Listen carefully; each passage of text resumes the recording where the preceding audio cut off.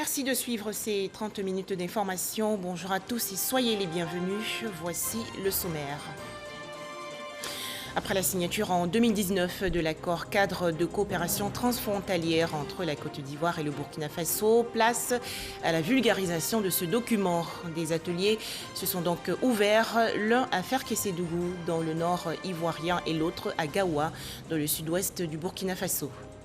En Côte d'Ivoire, des fèves de cacao produites en grande quantité à Dioulatiédougou dans la région nord-ouest. Plus de 1000 tonnes, et cela malgré la situation géographique peu propice de Dioulatiédougou. Dans cette édition, les producteurs expliquent leurs difficultés. Enfin, le nord-est du Mozambique, fortement secoué par des attaques djihadistes. Des milliers de civils fuient la zone.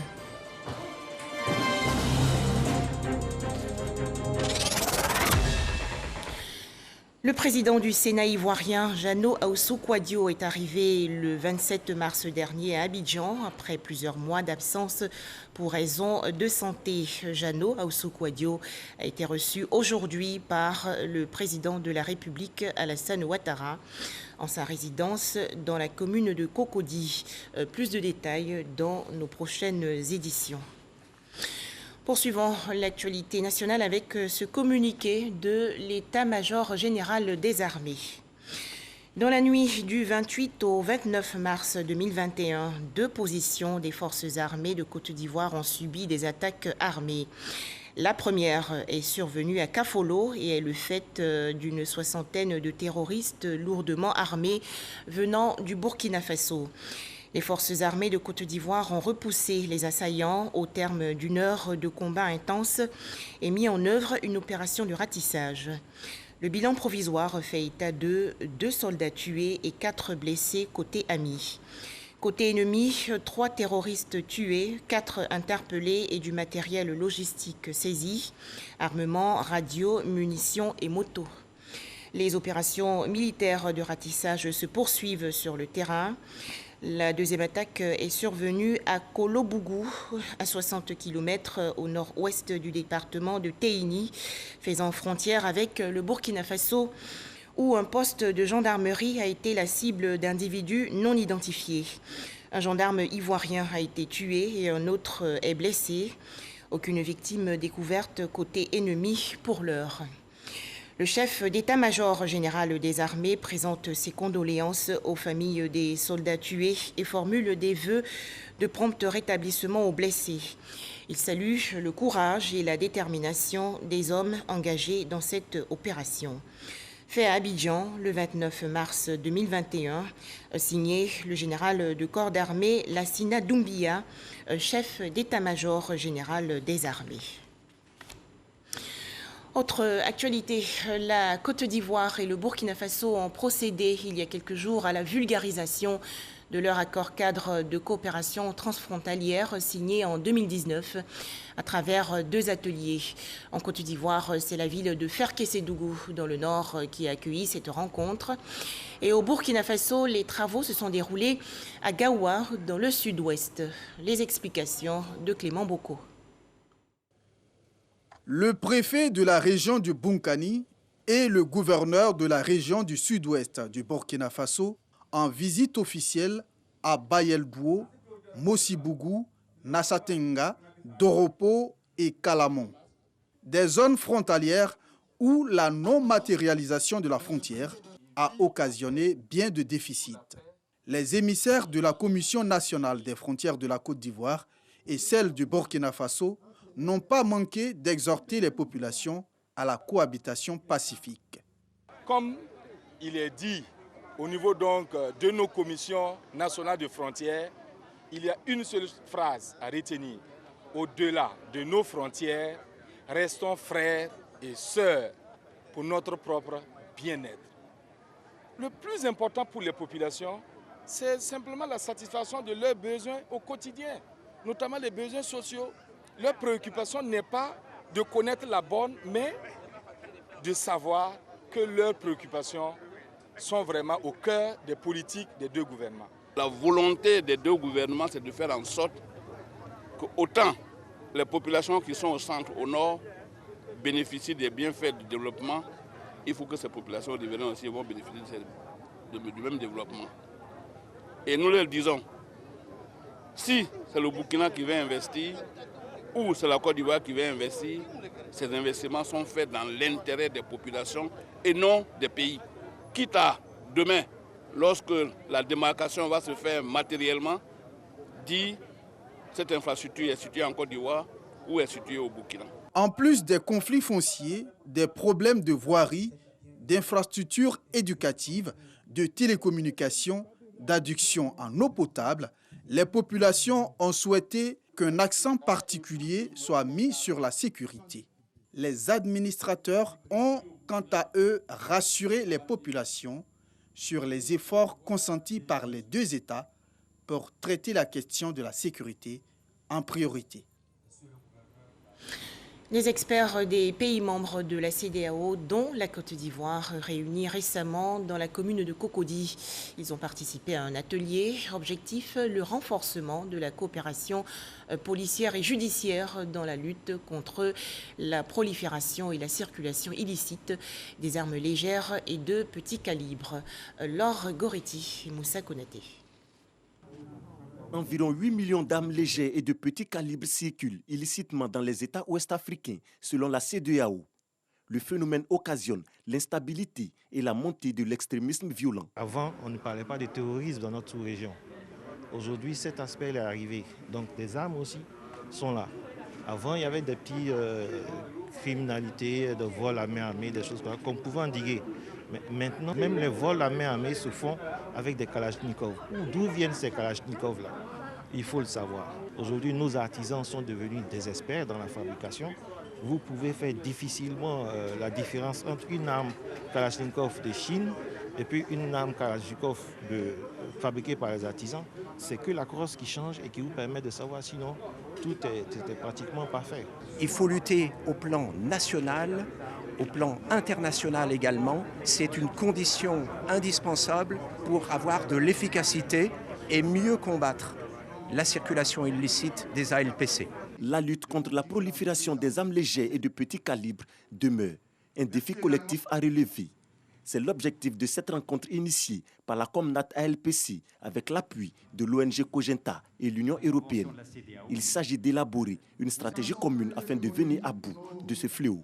Il y a plus que 600 millions d'armes qui circulent au monde entier et qui sont à l'origine de la quasi-totalité des conflits. Ce n'est pas les armes lourdes, c'est les armes légères. Et aussi bien à l'origine de tout ce qui est banditisme, terrorisme, le national, transnational, les coupeurs de route.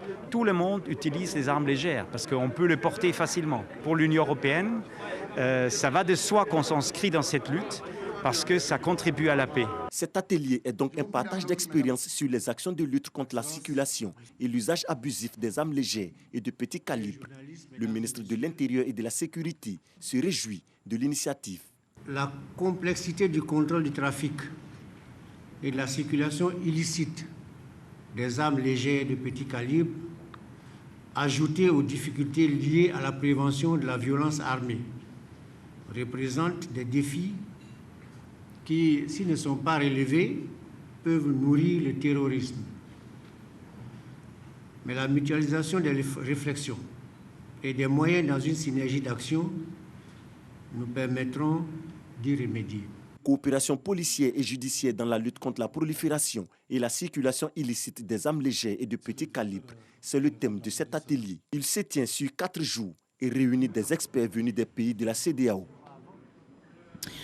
En image, l'ouverture aujourd'hui à Paris, en France, du procès dans l'affaire du bombardement du camp militaire français de Bouaké, dans la région centre de la Côte d'Ivoire. Bombardement survenu le 6 novembre 2004.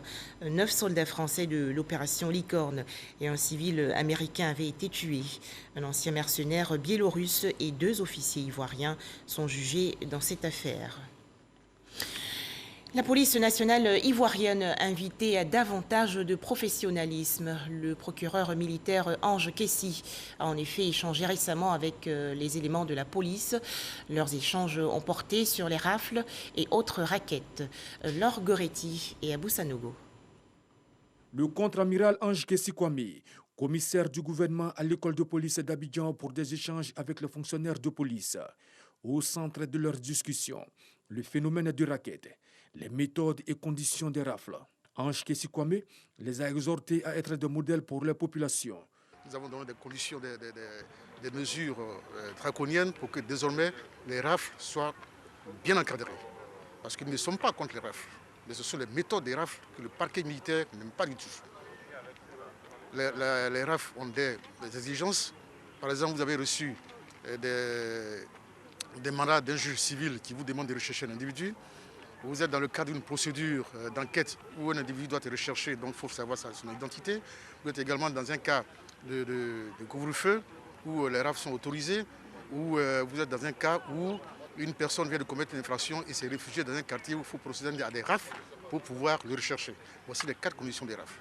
Mais dans un pays de droit, dans un pays de paix comme la Côte d'Ivoire, nous ne pouvons pas comprendre qu'à chaque quartier ou à chaque 10 mètres, on fasse des rafles, quelle que soit l'heure. Cette rencontre fait suite à des échos de corruption signalés. Le procureur militaire compte à cet effet mettre en place un dispositif. Celui qui sera pris en train de rafler et en retour prendre de l'argent, parce que nous avons infiltré ces services qui font ça. Nous allons les infiltrer pour avoir des preuves. Et si nous avons pris un seul policier qui a commis cette infraction-là, nous serons sans laxisme et nous serons intraitables. Également, il faut respecter la police. Ange Kessi Kwame n'a pas manqué de féliciter le travail de certains et inviter la police à plus d'entraînement et de formation au maniement des armes à l'effet d'éviter les cas de bavure. Des échanges également à Bouaké, dans la région centre du pays. La direction générale du Haut Conseil des entreprises du transport terrestre a rencontré récemment les transporteurs. Objectif, la lutte contre les surcharges dans le secteur du transport. Le point avec Kwadio Kwame de RTI Bouaké. Modernisation, professionnalisation et réforme en cours dans le secteur du transport, des points sur lesquels le directeur général du Haut Conseil des transports terrestres a échangé avec les transporteurs de Bouaké.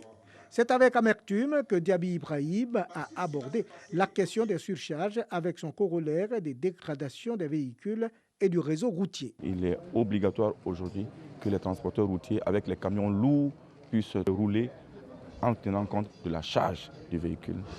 Tout comportement de transporteur favorisant la surcharge aujourd'hui est puni. S'agissant des nouvelles réformes, il est fait obligation à celui qui désire exercer désormais la profession de transporteur de se constituer en entreprise afin de sortir le secteur du transport de l'informel. Comme le transport est fait pour avoir donc retour sur investissement dans un environnement concurrentiel assez dur, il est recommandé aujourd'hui à tous les transporteurs de pouvoir s'inscrire pour être des entrepreneurs de transport.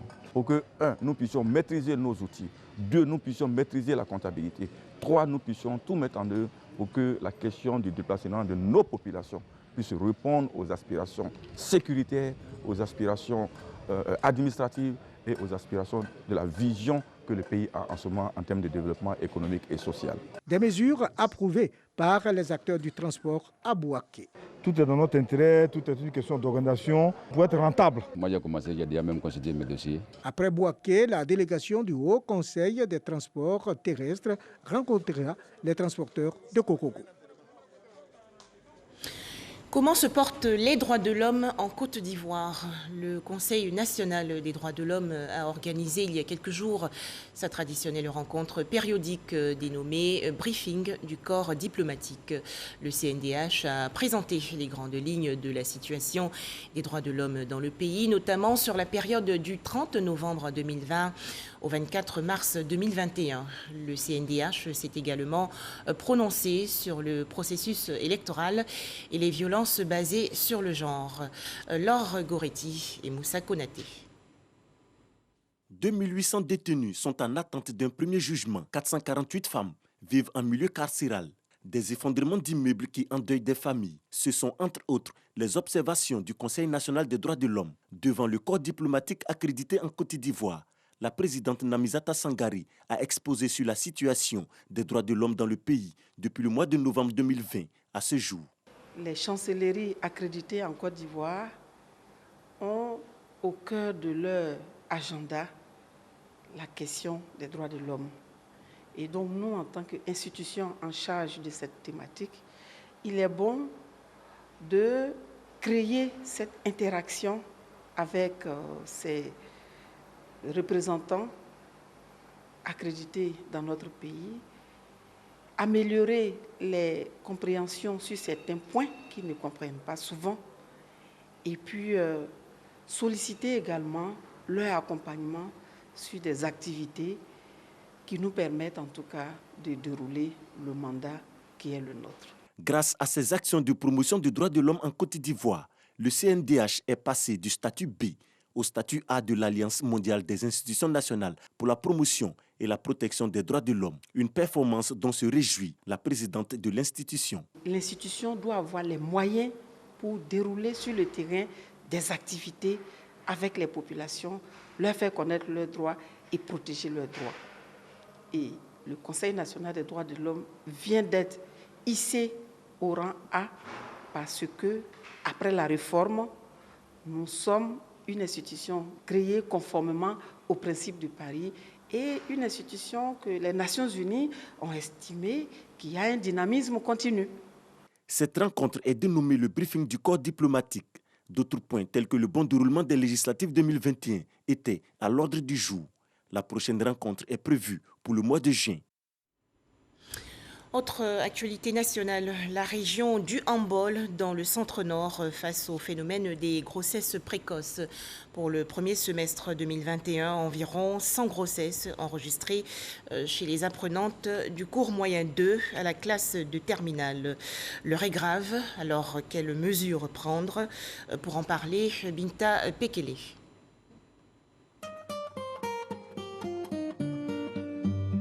Collège moderne de Bonyego-Dougou, département de Dabakala, région du Hambol.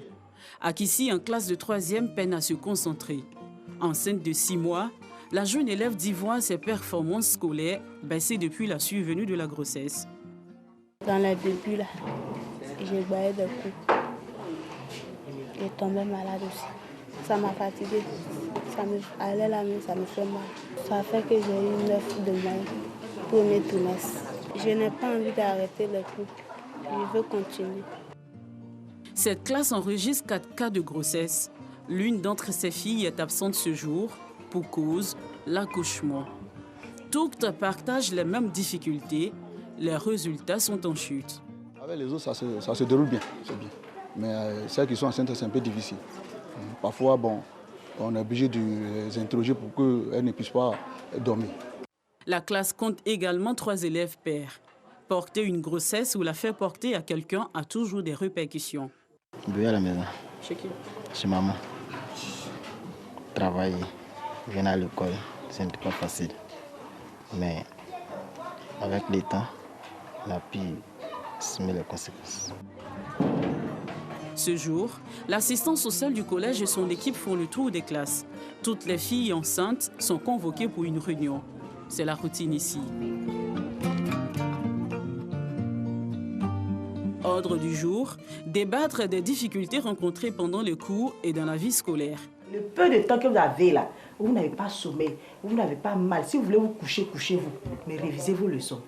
Si elles sont en cas d'examen, il faut d'abord une dispense. Après, je demande encore un certificat de grossesse. Alors, une fois les 2 dossiers réunis, en tout cas, on peut sauver l'année. Les assistants sociaux doivent à leur tour rendre compte au principal du collège. Pour le premier semestre, les chiffres sont alarmants. 32 cas de grossesse déclarés pour ce seul établissement. La majorité des élèves d'ici sont issus des villages. D'abord, on dit qu'il y a un manque de logement, il n'y a plus de tuteurs. Donc, c'est entre une jeune fille et puis un garçon, ils sont dans la même maison. Vous voyez déjà que ça devient déjà monsieur, madame. Et puis, ils n'ont rien à manger. Donc, ça qui fait qu'elles sont livrées à beaucoup de choses. Mais si on a une cantine ici, déjà, ça peut limiter. S'il est difficile pour les élèves en grossesse de se concentrer, il l'est encore plus pour celles qui ont accouché. Entre études et devoirs de mère, la tâche n'est pas toujours aisée pour Céline, élève en classe de 4e. Souvent, quand je ne finis pas vite, on m'envoie à l'enfant. Obligée d'interrompre la révision des cours pour donner le sein à son bébé de 2 mois. Le bébé est exclusivement nourri au sein. Impossible pour la mère d'alterner son alimentation, faute de moyens. C'est la fin des cours pour cette matinée. Céline doit regagner son domicile.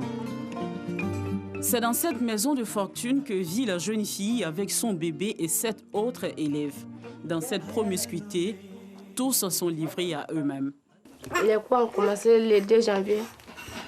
Mon bébé était là et puis je me débrouille un peu. C'est pas facile. 13 heures. L'élève mère doit reprendre le chemin de l'école avec la peur au ventre d'être à nouveau interrompue par les pleurs de son bébé. À l'hôpital général de Boniredougou, les grossesses des élèves constituent de nombreux cas de consultation. La maternité a enregistré 25 accouchements d'élèves pour les mois de janvier et février. Natacha, élève en classe de 5e, ne rentrera pas chez elle avec son bébé après l'accouchement. Il vient de décéder. J'ai fait garçon. L'accouchement était difficile. J'avais mal au ventre, j'avais mal au rein. Les bassins immatures, les difficultés pour pousser, puisqu'elles sont encore jeunes, elles ne connaissent pas. Elles ne viennent pas régulièrement aussi en CPN.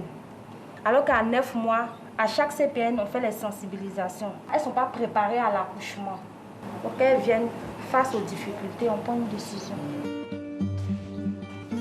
L'auteur de la grossesse, un autre élève, sous le choc. À 100 km de Boniredougou, la commune de Tortilla.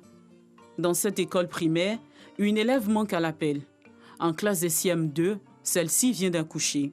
Nous nous joignons à la direction de l'école qui lui rend visite ce jour. J'ai accouché le vendredi passé. J'ai besoin d'habits pour bébé. Moi, je vais aller à l'école, je vais travailler demain.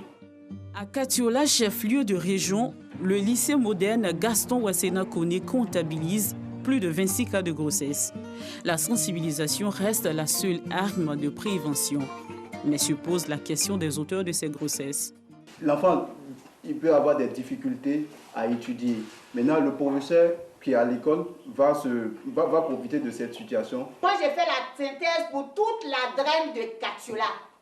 Je n'ai vu nulle part le nom d'un professeur comme auteur de grossesse. De nos jours, ils savent qu'il y a une sanction qui les attend. Selon la coordonnatrice du Centre d'écoute et de conseil, les auteurs de ces grossesses sont généralement les hommes de petits métiers et les élèves eux-mêmes. La région du Yambol compte plus de 80 cas de grossesse pour le premier semestre. Un chiffre préoccupant pour le directeur régional de l'éducation nationale. Il faut intensifier la sensibilisation, sensibiliser également les parents sur les dangers que courent leurs enfants lorsque les enfants ne sont pas dans les bonnes conditions de travail. Et nous comptons aussi entreprendre d'autres actions auprès des leaders communautaires. Je pense que tout ça, l'un mis dans l'autre, nous pouvons réduire le phénomène. Au cours de l'année scolaire 2017-2018, la région du Yambol a enregistré 102 cas de grossesse contre 73 en 2018-2019 et 104 en 2019-2020. De 2013 à 2018, 20 750 grossesses ont été enregistrées sur toute l'étendue du territoire. Face à ces chiffres, plusieurs actions ont été entreprises par le ministère de l'Éducation nationale, de l'enseignement technique et de la formation professionnelle. Au nombre de celles-ci, la création de la direction de l'égalité et de l'équité du genre, sise au 25e étage de la Tour D. Ici, la question est sur la table. Nous avons introduit dans les curricula, les programmes éducatifs, ce qu'on appelle les leçons de vie, pour apprendre aux enfants à dire non. Il y a aussi un plan d'accélération de lutte contre les grossesses en cours de scolarité qui a été élaboré avec l'appui de UNFPA. Nous avons élaboré, grâce à l'appui de UNICEF, la stratégie nationale de réintégration des filles enceintes et mères. Dans cette perspective, il y a 7 lycées de jeunes filles avec internat qui sont en projet. Ces établissements-là vont nous aider à mieux encadrer nos enfants. En attendant d'atteindre le niveau 0 grossesse en milieu scolaire, Nathalie reste rongée par 2 douleurs à Boniredougou. La perte de son bébé et son absence au cours. Nathalie aura-t-elle la force de reprendre le chemin de l'école? les grossesses en milieu scolaire restent un frein pour l'éducation de la jeune fille.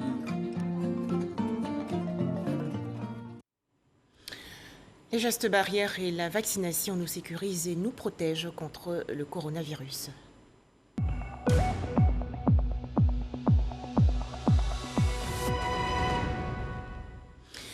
En Côte d'Ivoire, 319 nouveaux cas de coronavirus enregistrés hier par le ministère de la Santé et de l'Hygiène publique. Le pays compte à présent 43 180 cas confirmés de coronavirus, 38 719 personnes guéries, 237 décès et 4 224 cas actifs.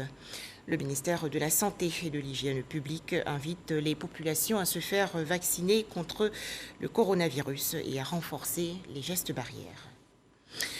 Direction à présent la région du Kabadougou, dans le nord-ouest du pays. À Dioula-Tiédougou, plus de 1000 tonnes de fèves de cacao ont été produites. Un tonnage en hausse malgré la situation géographique peu propice de Dioula-Tiédougou. Les producteurs de cacao expliquent leurs difficultés dans ce reportage de Soro Corona de RTI Bouaké. Boroba, village de la sous-préfecture de Dioula-Tiédougou, région du Kabadougou. Peuplé d'à peine 300 âmes en 2013, ce village compte aujourd'hui 4000 habitants. Un peuplement accéléré du fait de la culture intensive du cacao dans cette zone jadis hostile à la production de ce produit d'exportation. On avait l'impression qu'il y a certaines régions de la Côte d'Ivoire qui sont naturellement défavorisées. Mais on se rend compte que Dieu n'a pas oublié la région du Nord, particulièrement la région du Kabadougou. Et c'est impressionnant vraiment de voir que le cacao pousse normalement ici. Je suis venu ici en 2012. Je suis venu pour semer cacao. Je peux trouver au moins 15 hectares. En effet, les premiers pieds de cacaoyers ont été plantés dans cette nouvelle boucle depuis 6 ans. Pour la campagne de commercialisation du cacao de l'année 2020, plus de 2000 tonnes ont été collectées. Dans ce campement, 100 tonnes sont déjà produites cette année. Des chiffres qui ne reflètent pas la réalité du fait du trafic illégal et de l'achat clandestin du cacao. Toutes choses qui concourent au non-respect du prix Borchamp fixé par le gouvernement. Il y a d'autres acheteurs qui viennent et disent que nous sommes dans une zone inconnue. Ce qui fait que nous n'avons pas l'accès au prix donné par l'État. La volonté de ces braves paysans de produire plus de cacao dans la région se heurte à de nombreux obstacles. C'est le même problème de route, il n'y a pas de route. Quand les pisteurs viennent s'installer à Dioula-Tiédougou ou à Boroba, pour faire sortir ici, donc ils ont problème. Par rapport à la pourriture, nous demandons à l'État de pouvoir nous fournir des produits phytosanitaires et traiter les champs pour que la production d'eau dîner de Boroba soit vive. Conseil cacao, le sous-préfet les a invités, on dirait 2 ou 3 fois. Ils sont venus, ils sont allés voir au champ, mais pour le moment, on n'a pas encore la suite. Le sous-préfet de Dioula-Tiédougou sillonne les villages et hameaux pour l'encadrement des producteurs. Non-respect du prix Borchamp, manque de routes pour la commercialisation et l'évacuation de la production, absence de l'assistance du conseil café-cacao, les maladies du cacao, autant de difficultés que les producteurs souhaitent voir résoudre pour le bonheur du cacao ivoirien dans cette nouvelle boucle. En image, l'actualité hors de chez nous. Des milliers de personnes tentent par tous les moyens de fuir le nord-est du Mozambique, région en proie depuis quelques jours à une attaque djihadiste qui a fait des dizaines de morts parmi les civils. Le groupe Al-Shebab a pris le contrôle de la petite ville de Palma. Enfin, les populations birmanes, toujours en colère, des manifestants pro-démocratie sont sortis aujourd'hui dans les rues, malgré la répression meurtrière du week-end, fermement condamnée par la communauté internationale et qui a fait plus de 100 morts, dont plusieurs enfants. C'est la journée la plus sanglante depuis le coup d'État militaire. Voilà, merci de nous avoir suivis. D'autres informations sur notre site rti.ci.